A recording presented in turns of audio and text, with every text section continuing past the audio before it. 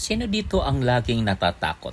Natatakot magkaproblema, mawalan ng pera, mawalan ng asawa, magkasakit, mamatay o mamatayan.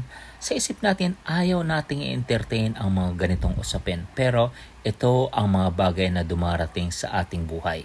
Walang sino man ang nakakatakas o nakakaiwas sa mga ito. Tanyag ka man o hindi, mayaman ka man o mahirap, makapangyarihan ka man o walang kakayan. Pero alam nyo ba, dumadaan tayo lahat sa mga pagsubok.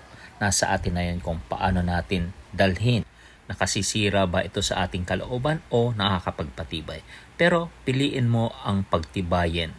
Dahil sa ayaw natin o sa gusto, daranasin natin ito. Lalo na sa mga OFW at di mo namamalayan, mapapagtanto mo at matutuklasan mong kaya mo pala. Yan ang kapangyarihang taglay ng Diyos na binabahagi sa atin ang palakasin tayo sa mga pagsubok. Di lang yon, kundi pinaghilom pa